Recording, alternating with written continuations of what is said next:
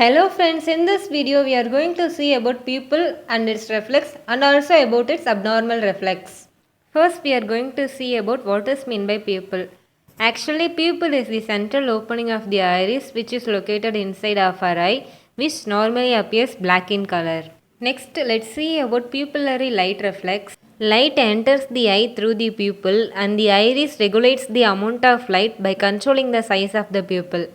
When high amount of light enters through our eye, the pupil constricts. When low amount of light enters through our eye, the pupil dilates. By these mechanisms, the correct amount of light rays reaches the retina and we get a better quality image.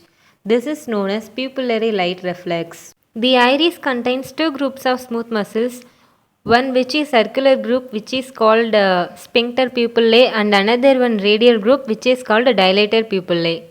When high amount of light rays reaches our eye, the sphincter pupillae constricts the size of the pupil, which is innervated by parasympathetic nerve.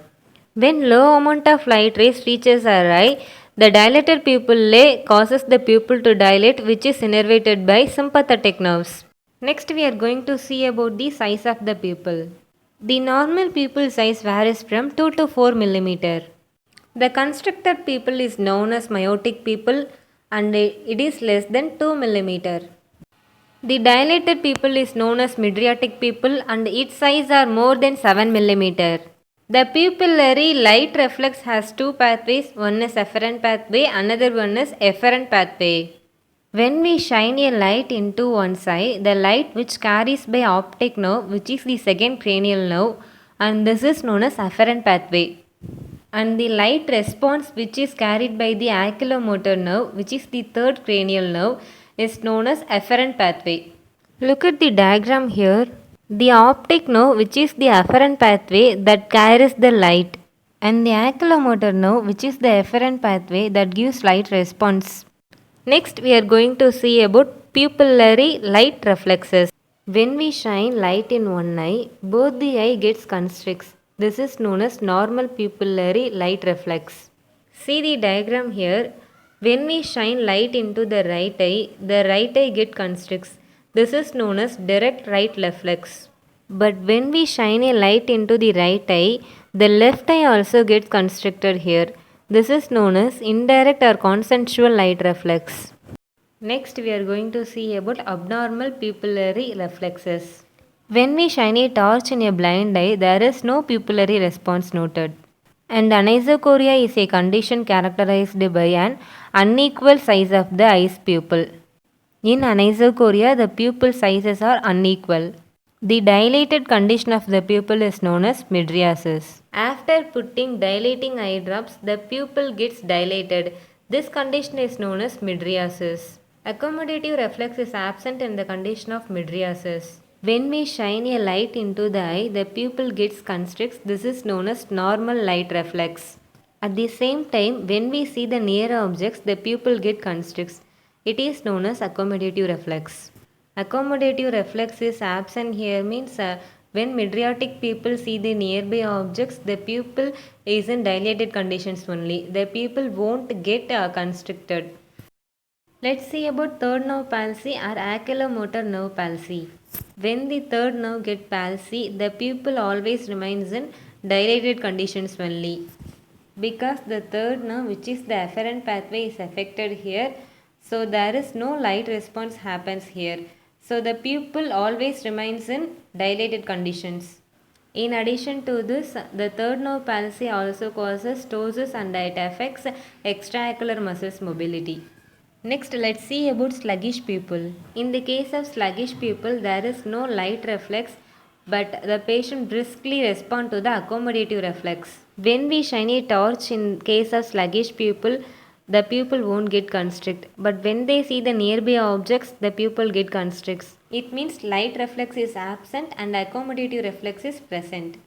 Next, we will discuss about Argyll Robertson pupil. The Argyll Robertson pupil is characterized by bilateral, small and irregular pupil. In this case, accommodative reflex is present and pupillary light reflex is absent.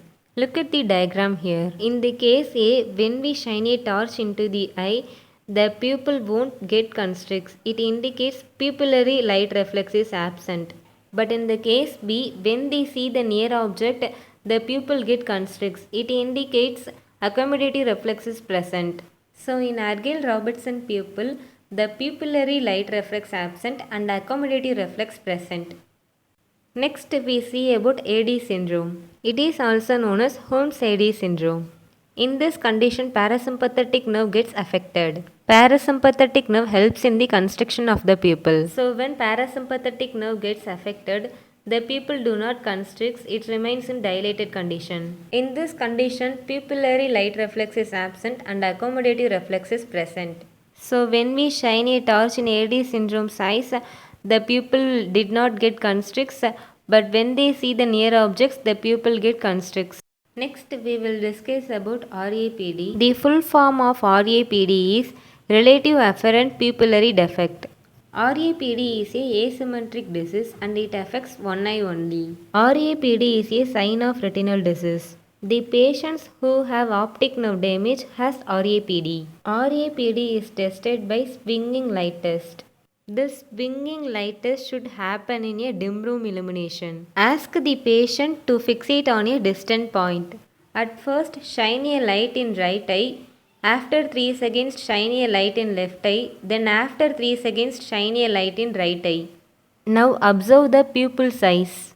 In the normal eye, both pupil will constrict. In case of RAPD, both pupil will get dilate. Repeat these steps several times to confirm the findings.